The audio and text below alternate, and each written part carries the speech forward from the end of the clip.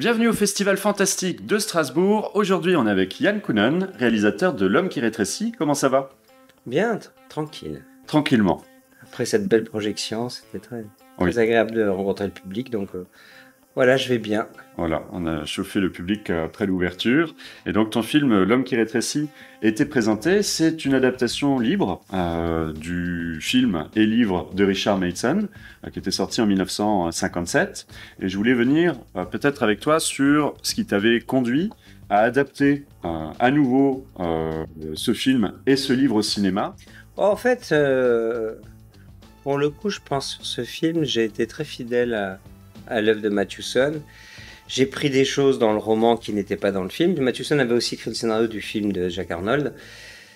Euh, et donc, j'ai pris des choses des deux, puisque, par exemple, la structure narrative, c'est celle du film, c'est-à-dire qu'elle est linéaire.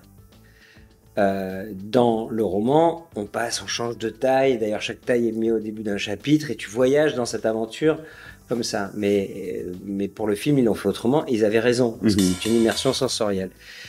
Donc, je suis allé chercher dans le roman des choses que je trouvais super et que Jack Arnold n'avait pas pris ou Mathewson retenu, mais parce que si on était en 57, très compliqué de tourner avec une petite fille. Quand on fait un film qui est aussi un peu fauché et tout, et le personnage de la petite fille était important. Donc, Chris Desland, qui a fait le scénario,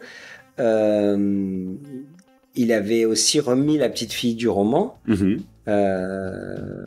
Ça, c'était vraiment une chose importante. Et après, dans les l'histoire est la même. On change l'élément déclencheur, parce que c'est un truc d'époque, c'était la peur du nucléaire à l'époque en 57, donc il passe dans un nuage radioactif qui est là. C'est autre chose, je ne vais pas en parler, mais c'est autre chose. Ça reste assez mystérieux d'ailleurs, mais voilà. C'est plus en lien avec notre époque. Et puis après, le chemin du personnage et le thème et la fin, c'est la même. Après, il y a des événements qui changent parce qu'on a d'autres idées, parce qu'on peut faire des choses qu'on ne pouvait pas faire à l'époque. Mais vraiment, le cœur de ce que raconte le film, cette histoire, qui est une magnifique idée de Mathewson. Et parfois, tu sais, le fantastique a des idées qui te permettent de voir des choses que tu ressens, du monde invisible, tu vois, qui soient ressentis, qui fassent partie de notre vie, mais pas matérialisés en images. Et le fantastique a cette capacité à nous interroger, à nous envoyer un miroir sur des choses. Et là, le fait de rétrécir, ça nous amène dans des espaces assez intimes sur la mort et le vieillissement, et c'est un chemin initiatique, et c'est très beau de le vivre avec l'aventure de sa vie, mais qui est aussi une belle métaphore de l'aventure de notre vie, de comment on traverse, on débat en survie, et pourquoi, et où est notre élan profond. Donc c'est un film qui parle de ça. Et ça, c'est quand même pour moi vraiment intégré dans le roman et dans l'histoire, comme les mythes. Ouais. Tu vois, c'est pas un truc morbide, hein, Non, plus une fable. Voilà, c'est ça, cette dimension de conte, qu'on nous raconte des contes qui nous parlent de notre vie d'homme et d'être humain, et voilà. Donc, voilà ce que j'ai fait. Et après, j'ai travaillé avec Chris, le scénariste, et là, dans ce travail-là, si tu veux, ce qu'on a fait, c'est de... donc lui, il avait amené, par exemple, des idées qui n'étaient pas dans le roman, comme l'aquarium, par exemple. Oui, j'allais y revenir aussi. Tu vois, bon, voilà, on peut en parler après, mais et puis moi, j'ai aussi essayé d'amener aussi des idées que j'avais, mais j'ai pas fondamentalement changé l'ADN. Je dirais que j'ai épuré le film, moi, avec moins de dialogue, moins de scènes, pour aller au cœur de ce qu'est l'idée, c'est de te faire ressentir ce voyage, quoi.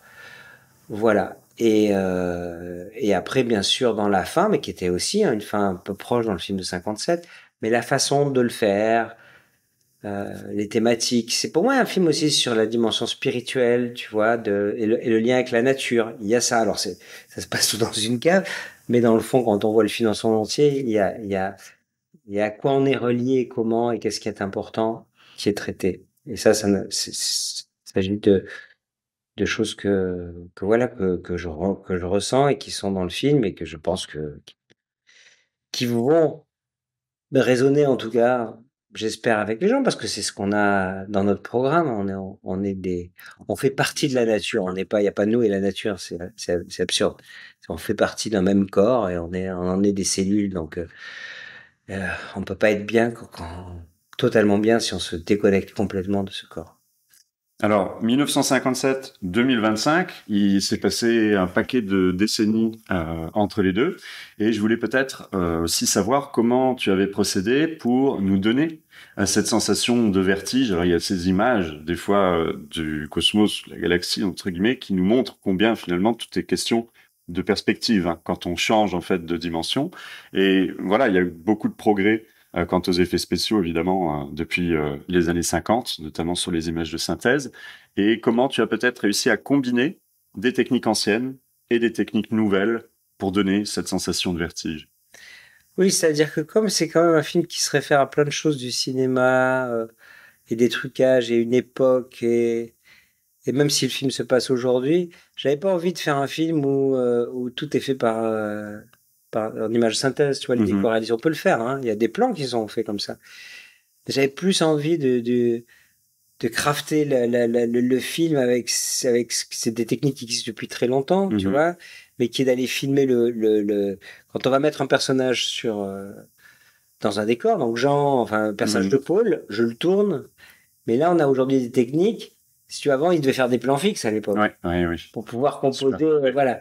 Mais nous, aujourd'hui, on peut bouger parce qu'on a des manières de détecter le mouvement de la caméra et après de le faire reproduire par une caméra qui est pilotée par ordinateur. Donc ça, c'est compliqué, mais c'est pas mal utilisé quand même dans les gros trucages au cinéma ou dans la publicité. Tu vois, moi, j'ai fait, je prends un plan comme ça dans 99 francs, un plan comme ça dans Vibro Boy, avec le motion control, une caméra pilotée par ordinateur, à qui tu peux demander de répéter des mouvements complexes, et donc tu peux mettre plusieurs passes. Enfin, tu vois, tu peux commencer à faire quelque chose d'assez graphique en mouvement.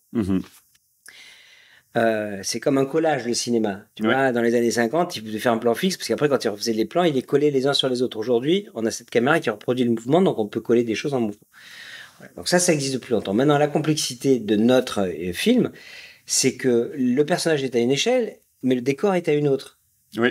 Ça veut dire que le mouvement de caméra qu'on fait, par exemple, je fais ça vers le personnage, ça devient un tout petit mouvement de caméra comme ça. Le corps doit bouger beaucoup, à une certaine vitesse, à une certaine profondeur de champ, et tout ça, ça doit être calculé. Donc, on fait le plan, on détecte le mouvement, on regarde ce qui se passe, et après on choisit la prise, et après on va descendre avec un motion control, faire le petit mouvement sur le décor, avec un autre optique, tu vois. Donc, et c'est beaucoup plus compliqué. Et après, on les assemble. Et après, on met un peu de 3D, on arrange. Mais donc, du coup, c'est beaucoup, beaucoup de travail pour un plan. Il y en a 400 faits comme ça, avec cette méthode. Ouais. Alors, il y en a où il y a plus de 3D, bien sûr. Les êtres vivants dans le film qui interviennent, mis à part, puisqu'on a parlé le poisson et le chat qui existent dans la bande-annonce, ne sont pas dressés. Tu vois, ça, c'est de l'image de synthèse, c'est de l'animation et tout. Donc, c'est un peu comme de faire un film d'animation. Parce que préparer un film comme ça veut dire que si tu dois faire tous les plans avec ce système, et que ce système est coûteux en temps, en énergie, et voilà. Donc chaque plan doit être devisé. Donc comme il y a beaucoup de plans dans cette cave, et que ce bras robot il fait une tonne, il va falloir découper la cave en 17 morceaux. Okay. D'après chaque plan, tu vois, d'abord tu fais les plans, tu fais un film d'animation. Oui. Moi, j'ai mis une combinaison avec des capteurs pour faire les gestes de gens. Après, on avait une cave en 3D dans laquelle j'avais repéré un peu tous les espaces dans un casque de réalité virtuelle pour vérifier que les objets étaient à la bonne endroit, qu'on pouvait les voir à toutes les échelles, tu vois. C'est chaque fois un décor différent quand ça grandit. Intéressant du coup que vous utilisiez des casques de réalité virtuelle aussi, puisque c'est pas non plus si commun. Bah, en fait, c'est obligé. Tu vois, quand tu vas voir un décor, par exemple, on va tourner ici. Bon, là, les gens ne voient pas. Voilà. Mais si on tourne dans une pièce, alors tu peux aller, tu montes sur un tabouret, tu dis je peux faire mon plan d'en haut, puis je regarde par la fenêtre, je vois ça. Mais quand tu es dans une pièce comme ça, sauf que tu vas d'un coup mesurer ta taille, et puis d'un coup dans le plan suivant, à un moment tu vas descendre à 8 cm, ça n'a rien à voir la perception. Et il n'existe pas ce décor, puisque tu vas le créer artificiellement. Mais par contre, quand tu vas te retrouver à 8 centimètres, si dans ton scénario il se tourne et il doit voir quelque chose, il faut bien vérifier que tout est cohérent et à quoi ça ressemble. Parce que tu vas pas construire un plateau de grand comme un stade de football de la cave. Et donc, si tu fais un casque de réalité, tu mets dans un casque de verre, tu as modélisé le décor et tu t'y projettes et là tu demandes à comme un jeu, tu vois, parce que c'est fait avec des logiciels de jeu. C'est probablement l'Unreal Engine. C'est fait sur Unreal. Ouais. C'est fait sur Unreal. Et donc, tu mets ton casque de réalité virtuelle et tu vas dans la cave et tu dis, OK, mets-moi à 5 centimètres. Et toi, ton casque de réalité, puis après, tu te téléportes sur le bas de l'escalier. Tu regardes, tu recules, tu bouges. Tu dis, OK, le carnet là, l'ascenseur. OK, mets-moi à 4 centimètres là-bas. Tac, t'y vas. Là, tu dis, oui, si je marche là, attention, il faut pas mettre cet objet, tu vois. Et puis après, tu fais plonger, contre-plonger aussi. Tu regardes tout ça. Et quand ça te permet de dire, OK, les objets, on va plus trop les bouger. Bon, tu les bouges, tu reviens et tout. Et à partir de là, tu as ce décor sur Unreal, tu mets la combinaison, et sur Unreal, tu peux faire des plans. Ouais. Et donc, tu fais 1h10 de film.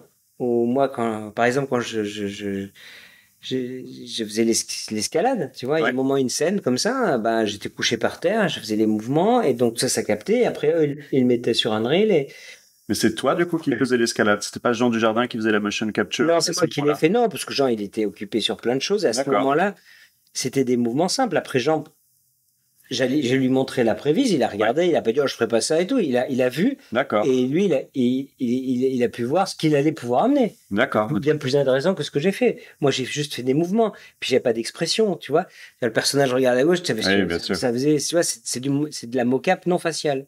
D'accord. Sans facial. Okay. Il n'y avait pas de capteur sur le visage. Non. En fait, on mettait Jean Dujardin. Oui, puis voilà. Par contre, on a monté ça, on a mis de la musique, etc. Et après, présenté au producteur agent, je dis voilà, ça c'est 1h10 du film, comme un film d'animation, comme une prévisualisation pour un film d'animation. Et pourquoi on a fait ça? Parce que justement, après, on pouvait analyser. Une fois qu'on a monté, on a enlevé des plans, j'en ai refait, tu remets la combinaison, tu arrives à un truc serré, et là, tu peux commencer à dire, OK, ce plan, on a besoin de la caméra soit là, il va falloir creuser. Donc, on peut pas creuser, donc il faut surélever le décor, parce que le décor caméra ne passe pas. Et chaque plan est décrypté. C'est pour ça qu'après, en fonction de tous les plans, on voit toutes les positions de caméra. Parce que c'est le motion control peut visualiser où il mettra sa machine, tu vois, voilà. Donc ça, c'est sûr qu'ils avaient passé en 57. Et au bout du compte, tu divises la cave en 17 morceaux pour faire 17 positions de motion control, pour faire des blocs de plans à un moment différent de passe, tu vois. C'est plus facile de dire, bon, bah, ça c'est un plan de nuit, ça c'est un plan de jour, de changer la lumière, que de déplacer 1,5 tonne du motion control, remonter, voilà. Et voilà comment on a procédé. Donc, pour finir de répondre à ta question, oui, c'est à la fois quelque chose qui existe depuis longtemps, qui n'a jamais été fait à cette échelle. Donc un film, je pense, vraiment, des passes en motion avec un acteur sur autant de plans. Mais voilà, c'est pas full 3D. Et donc, ce sera un film qui restera toujours unique pour ça. Parce que dans 3 ans, on fera pas ça comme ça, on fera ça avec l'intelligence artificielle. Ah oui, tu penses... Ah oui, je pense que même moi, je sais que je ne pourrais pas prévendre une solution qui va coûter 5 millions de cher, plus. Ou quelques millions. Et ça n'a pas de sens, tu vois, par rapport à l'économie d'un film. Mais donc, c'est merveilleux parce que j'ai pu le faire. On a pu handcrafter ce truc et faire une expérience de cinéma assez unique, de faire 400 plans, c'est 10 semaines de motion control, en double passe comme ça. Et moi, je pense que le résultat est dans la perception pour le spectateur, c'est pas un caprice. Voilà. Bah justement, je voudrais revenir là-dessus. Le résultat est assez intéressant parce que pour moi, il me rappelle beaucoup aussi les illusions d'optique qu'on a pu voir en peinture aussi, ou même dans les premiers décors du cinéma, dans l'expressionnisme allemand ou des choses comme ça. Je pense à ces plans aussi qui sont fixes, où on voit justement, où on balise l'environnement parce qu'on voit l'intégralité du coup de la cave. On voit également des éléments qu'on avait repérés dans une autre dimension, c'est-à-dire quand Jean Dujardin était beaucoup plus grand, comme le chauffe-eau, etc. Et je voulais juste aussi noter que est-ce que vous avez travaillé aussi la composition de ces images en vous inspirant également d'autres procédés que le cinéma, comme la peinture ou comme des plans, comme des photographies aussi qu'on a pu voir, ou carrément même des illusions d'optique, parce que c'est ça que je trouve aussi très chouette. Oui, non. Alors, Vas-y. Il y a cette idée, je trouve, qu'à un moment, on ne sait plus très bien quelles sont les proportions, je pense notamment à l'araignée. Est-ce qu'elle est plus hostile finalement quand on est grand, quand on est petit, à partir de quelle taille elle devient véritablement gigantesque? Et je trouve que ça fausse à un moment cette perception, volontairement, hein, je pense. Et je trouvais ça intéressant parce que de la perspective de notre personnage, je suppose qu'à un moment, comme il oublie le temps, comme il oublie certains éléments, enfin en tout cas il a plus la même dimension, que ça aussi, le son, et également les proportions deviennent pour lui complètement différentes. Je trouve qu'on le ressent bien dans ton film. Ben oui, c'est un peu toute l'idée. C'est-à-dire, en fait, c'est pas tant. Alors, sur les inspirations, tu sais, moi, je regarde, pour parler d'inspiration, je regarde des films qui traitent un peu d'un sujet proche ou qui résonnent pour moi par rapport à ce film. Tu vois. Donc, évidemment, le premier que j'ai vu, c'est Seul au monde, Oui, bah, côté très seul au monde dans le film. parce que c'est le même sujet en fait, un mec Mhm. qui est perdu dans un endroit et que Zemeckis c'est un grand metteur en scène et qu'il y a tellement voilà. J'ai bien sûr revu le film d'époque. Après, je suis pas allé chercher des photos. Mhm. Ça s'est fait naturellement. Par contre, j'ai regardé La planète des singes, j'ai regardé des films des années Mhm. 70, 80 d'aventure qui ont pas du tout de rapport avec la taille, mais tu vois, il y a un petit côté Charlton Heston Oui. dans, dans, dans La planète des singes, dans Jean avec son costume. Et on aimait ça. Et j'avais envie de cette dimension, je dirais, de cet hommage et cette inspiration. Donc c'est plus avoir des films de ces années-là et un classicisme dans la mise en scène. Je n'ai pas trop vu de photos, mais je me suis juste souvenu des photos des buildings de New York pour une scène où les ouvriers sont assis sur les poutres, tu vois. Mhm. Oui, Par ça m'a exemple. fait penser aussi, d'ailleurs, effectivement, quand il est au milieu du vide. Ouais, attention, spoiler. Oui, allez, je te dirai. Oui. Là, faut mettre attention, spoiler. Spoiler, Donc, spoiler et alert. donc, attention, méga spoiler. Donc, si vous n'avez pas vu le film, faites pause. Voilà. Et donc maintenant vous avez vu le film. Ça mange les moustiques.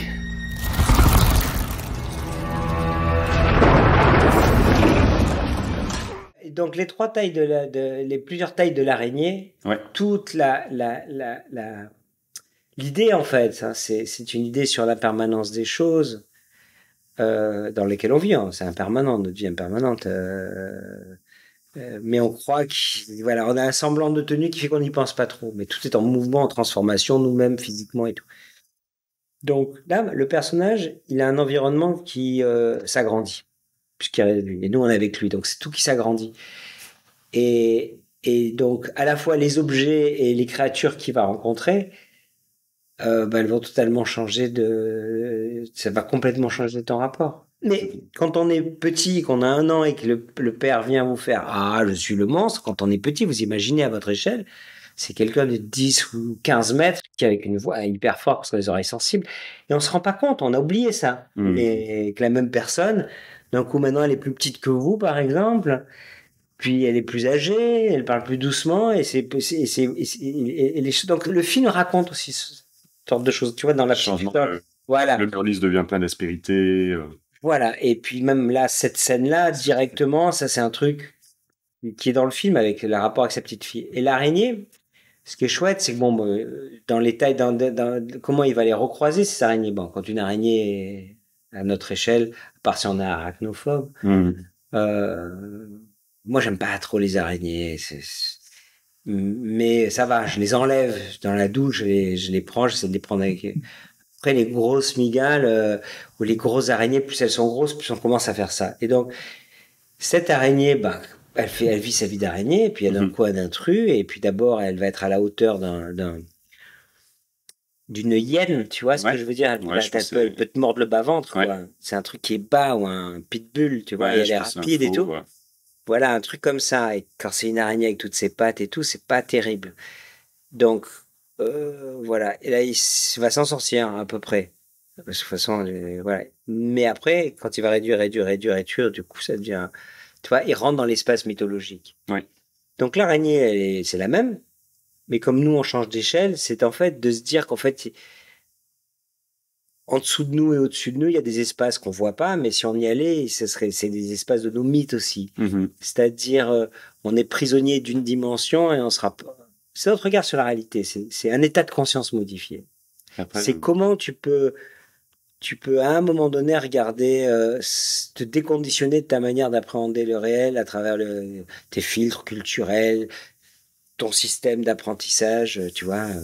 Ce que tu dis, ça me rappelle beaucoup aussi, on a de cet imaginaire collectif aussi de Jonathan Swift, Rabelais, dans la littérature. Et moi, il y avait une scène à l'époque qui m'avait marqué quand je l'avais lu, quand c'est Gargantua, cette fois-ci, qui est chez les géants. Alors que lui, techniquement, est un géant, mais il y a la version supérieure, et où en fait, il découvre un téton d'une femme, et ce qu'il trouvait magnifique à sa dimension devenait absolument dégoûtant, en fait, de près. Ce changement de perspective, ton film, il nous y invite en quelque sorte. Et il y a une phrase que je trouve belle, justement, de Jean Dujardin qui s'exprime et dit, voilà, le bonheur c'est un petit peu comme un parfum. Au début, ça nous saisit, puis on s'y habitue. Et je pense qu'effectivement, c'est aussi un rite initiatique, peut-être aussi à appréhender les défis de la vie et peut-être aussi de la vieillesse dans ton film pour Jean Dujardin qui est père et qui est dans un couple, dans une famille où il a l'impression aussi que quelque chose lui échappe alors qu'il a toutes les cartes en main, entre guillemets.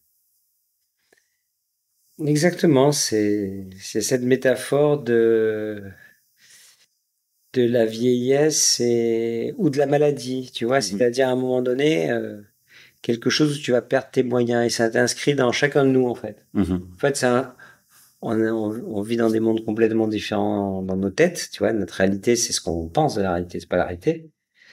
C'est comment on l'organise en pensée. Donc, notre monde imaginaire, on vit dedans. Donc, bien sûr, on voit les mêmes choses, mais la sensation qu'on a et la pensée qu'on a sur les choses est différente. Tu vois, euh, et, mais on va tous, à un moment donné, dans ce chemin. On est né, on va mourir. Et dans la vie, il y a une dimension la dimension initiatique, c'est d'aller vers l'acceptation de ça. Ce qui est assez évident, mais on a du mal. Et il affronte à un moment ses problèmes.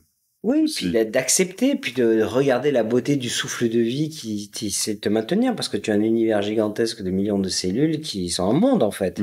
Tu es tu es une cellule d'un univers et tu es peut-être la divinité, peut-être, par moment, ou les démons d'un autre monde qui est toi, les parasites de la Terre, comme les acariens pour nous. Oui, de toute façon, décomposé dans tes cellules, il y a des mitochondries, il y a t'as plus de bactéries dans tes intestins que tu as d'ADN, en fait. À un moment donné, c'est un délire.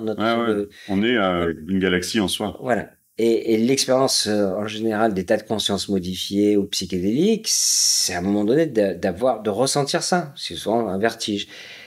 Et l'expérience du film, elle est un état modifié de conscience parce que, au fond, si tu réduisais comme ça, ça pourrait être une expérience psychédélique, tu vois. D'ailleurs, pas forcément un très joli trip, plutôt un bad trip. Plutôt un bad trip, mais il y a toujours une descente un peu dans l'obscurité, dans tes peurs, et dans l'obscurité dans un voyage de ce type. Et s'il est bien fait, à la fin, tu lâches prise et ça te libère de ces peurs. Tu vois.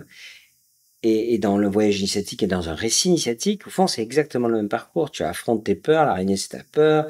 Tu affrontes, tu vois, cette idée de la disparition qui devient ultra concrète pour lui, pour aller vers l'acceptation. Parce que nous, on fait tous, je pense que tout être humain, pour différentes raisons, avant de mourir, accepte de mourir, hein, s'il a un peu le temps. Enfin, en tout cas, le système est comme ça. Moi, j'ai vu des gens terrifiés par la mort qui, 48 heures avant de mourir, finalement, ils étaient tranquilles, ils étaient prêts. Tu vois, parce que le système, voilà. Et donc, je dis pas qu'on est... Et qu'il vaut mieux mourir de son vivant, ce qui est dit à un moment dans le film, que de mourir symboliquement. Et c'est-à-dire faire disparaître ce qui est ton identité. C'est très dur, hein, mais accepter de faire partie d'un tout. Donc si tu fais partie, environnement aussi, si t'es rien, tu vois, c'est à un moment donné, tu te dis bon ben, les pensées c'est des choses qui me traversent. Depuis à mes organes, il y a quelque chose. Et ce que je vois, c'est en fait, je suis une fenêtre de la totalité qui se regarde à travers mes yeux et à travers les yeux. Si à un moment je laisse passer, moi j'existe plus. Et à ce moment-là, je deviens la totalité. Donc ça, c'est un petit peu dans les traditions indiennes, l'expérience du soi, tu vois, les chemins vers ça. Et c'est pas du tout comme ça, c'est pas un film sur ça. Mais l'état final finalement, quand il voit l'univers, c'est qu'il en fait partie, en fait. Il est chez lui, puis il a accepté, il a lâché tout. Mhm. Et donc, quand tu as tout lâché, à un moment donné, tu n'as plus tes désirs, tes pensées, et tu as juste un sentiment. Voilà. Et donc, c'est ça qui est initiatique. Mhm. Voilà. Alors ça, faut vraiment voir le film. Tu mettras Oui. pas de spoiler. Allez voir le film Voilà. avant de... Ce serait Parce que je pense que... c'est difficile d'en parler en même temps sans forcément avoir vu le film à ce moment-là, mais oui, on manquera pas de le rappeler. Et je voulais peut-être aussi savoir ce qui t'avait conduit vers le choix de Jean Dujardin pour incarner ce personnage de Paul. Alors, tu avais déjà travaillé avec lui sur 99 francs, dans un tout autre rôle. Ouais. Qu'est-ce qui t'a Ah bah rapproché c'est très très de simple. Jean Dujardin? C'est lui qui s'est rapproché de moi. Moi, Ok. c'est lui qui voulait faire le film. Mhm. Tu vois, c'est lui qui est allé voir Alain Goldman comme producteur. Il dit, je voudrais faire ce film. Et puis quand ils ont trouvé les droits et tout, qu'ils ont cherché un metteur en scène, ils sont venus me voir. Ok. Alors moi je dis, oh super, parce que c'est pile des sujets qui m'intéressent. Je rêve de faire un film fantastique. Mais c'est lui qui est venu. Et comme on avait fait 99 francs, et voilà, et que c'était super. Et ce qu'il fait dans le film, franchement, c'est super. Mhm. Oui, oui. Il porte par le film avec beaucoup de justesse, tu vois. Et bon, moi, Jean, t'es pas forcément sur la partie du jeu dans le drame, enfin, du dramatique que je le préfère. Mhm. Il excelle dans composer des personnages border et tout. Là, c'était vraiment super. Donc, en fait, l'équation est arrivée assez magiquement parce que Jean, s'il voulait faire le film pouvait se faire. C'est comme Mhm. ça aussi le cinéma. Si moi je voulais faire le film, je pense pas qu'on serait en train de discuter, tu vois. Oui, oui, oui. À moins que je convainc Jean, mais Jean serait moins convaincu. Peut-être, voilà, on n'en sait rien. Mais aujourd'hui, dans ce sens-là, ça va beaucoup plus vite. S'il y a le désir d'un acteur qui a la position de Jean dans le cinéma français, bah, du coup, le film qui est impossible sur le papier, de faire un remake un remake d'un film américain, la réadaptation d'un livre de science-fiction en français en France aujourd'hui, c'est bizarre quand même. Tu vois, c'est C'est un peu... presque étonnant, je trouve, qu'il n'y ait pas eu d'adaptation entre, parce que ça fait quand même... Non, c'est pas étonnant parce que, en fait, on a un peu cherché. Il y a pas mal de metteurs en scène, et plutôt des gros metteurs en scène qui ont essayé de le faire, Ok. parce que ça a fasciné tout le monde, ce Bah film. oui, justement, ouais. Mais en fait, dans le système américain, si tu veux, ce film-là, c'est beaucoup plus argent pour le faire. Mhm. Parce qu'ils ont une autre façon de truquer, de faire des trucages et tout. Donc là, on a un film qui est très cher, mais qui est pas cher. En fait, Par rapport à tout ce qui a été utilisé et déployé. bah oui, c'est-à-dire les Américains, nous, on a fait un film qui coûte 18 millions. Les Américains, ça a dû coûter 65, 85 Mhm. minimum, hein, Ouais.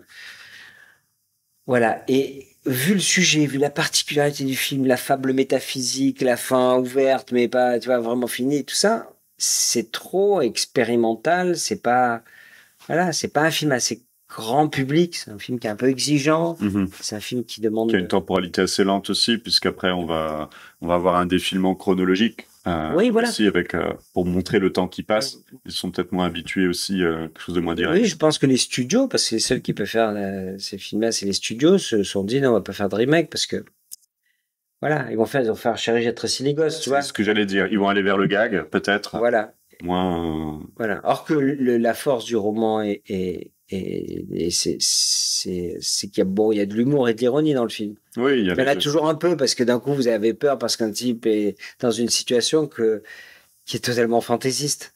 Puis à un moment vous y réfléchissez. Donc on a essayé de créer ce truc-là, ce truc à être dans l'émotion.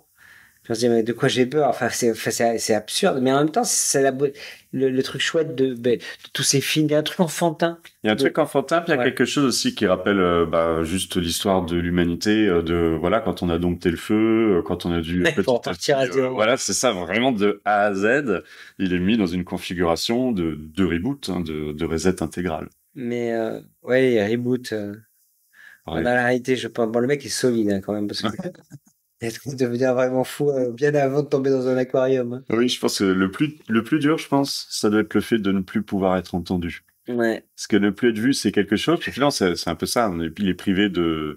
Enfin, il disparaît petit à petit, d'abord visuellement, puis après même on l'entend plus. Quoi. Ouais. Ce qui est quand même assez. Parce que dans le livre, j'ai cru comprendre aussi qu'il y avait cette idée de se dire que à un moment, il pourrait être presque à la taille zéro. Hein. Enfin, Oui, mais il y va. Hein. il y va, oui. C'est ça. Là, on s'arrête en route, hein, mais comment dire, ouais, la beauté là où c'est un beau film là où c'est bien ce sujet pour le cinéma, c'est que c'est cognitif. Donner à ressentir ce que c'est que de faire un centimètre, c'est un bonheur pour une équipe de cinéma de le faire. Tous les sons sont différents. Il va falloir trouver une manière de faire fabriquer des objets agrandis. Tu vois, il va falloir fabriquer des mailles de tissu agrandis pour les habits, bricoler. Et donc, tout ce jeu est tellement rare. Hein. Et puis, tout ça, c'est tout le long du film. Tu vois, en fait, on a aussi un personnage, un décor, mais on a mis non, peut-être pas 1000, mais on a 10 personnages et 10 décors, parce que chaque fois, les échelles changent, la face. Et tout ça est assez, et tout ça est assez unique comme expérience à réaliser. Hein. Là, je parle de l'équipe, du travail d'équipe et tout. Donc oui. Et ça se prête au cinéma parce que c'est cognitif. Il y a peut-être juste j'en profite aussi pour te recommander, peut-être que tu l'as déjà vu. Il est également en sélection là en ce moment. C'est un autre thème, un tout autre thème, puisqu'il est vraiment sur l'idée de montrer le vivant. C'est Planète de Momoko Seto, qui est un film où tout a été tourné en time-lapse et on observe, c'est un aken de pissenlit qui va s'enfuir dans l'espace suite à une explosion nucléaire qui a brûlé la Terre. Et il y a aussi une manière de faire, je pense que ça t'intéresserait, qui est très particulière parce qu'on voit des éléments du vivant, qu'il s'agisse de végétaux ou d'animaux, mais filmé d'une manière très particulière. Il a été fait en France, c'est une chercheuse du CNRS. Qui t'a rencontré. Tu l'as déjà rencontré? Il y a longtemps, j'ai rencontré quand elle n'avait pas fait le film. Et c'est super. Ah oui. C'est super curieux de voir ça. Oui, puis moi j'adore le timelapse, c'est une autre façon de faire. J'en ai souvent mis d'ailleurs dans mes films, des timelapses. Dans Blueberry, timelapse de plantes et tout. C'est d'un coup, en fait, depuis notre perception, on est dans une perception. On va à une certaine vitesse, on a une certaine perception. Mais il y a d'autres êtres sur notre planète qui vivent dans un autre espace-temps. Donc pour nous, on est des fantômes, comme tu sais, quand tu passes trop vite. Ouais. Les humains, on est des fantômes pour les plantes. Ouais. Je pense, hein. Voilà, ils n'ont pas Dieu, mais dans perception. Ils ont des perceptions, ils ont de la chimie, ils essaient de communiquer avec nous à travers la chimie. Ils communiquent entre eux et tout.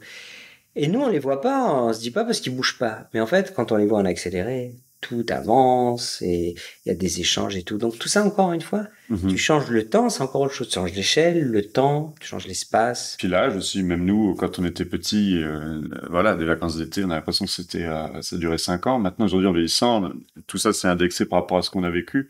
Donc un élément qu'on vit, il est noyé dans beaucoup d'éléments de vécu. Du coup, le temps nous semble plus rapide quand on est plus âgé, j'ai l'impression, en tout cas, que quand on est très jeune. Je te confirme, ça s'accélère. Non, mais le truc qui est je trouve aussi intéressant, c'est qu'on est toujours différent à certaines étapes de notre vie, quoi. Ouais. On se transforme et il faut pas oublier qui on était, mais on est plus, il faut se rappeler de ça. Et ça, c'est des thèmes qui sont hyper intéressants dans le fantastique aussi. Tu vois, le fantastique permet ça. D'un coup, tu vas te retrouver proche dans le temps et te retrouver avec ton alter ego, toi, à 5 ans. Et du film naît une discussion qui, toi, en tant que spectateur, va te faire regarder un film et te dire, ah oui, et tu peux établir le dialogue intérieur. C'est une méditation. Tu peux te replonger dans tes désirs de ton enfance ou des trucs à régler, tu vois. Et tout ça fait partie du voyage. Mais on a tendance à penser que tout ne bouge pas et qu'on est à un endroit.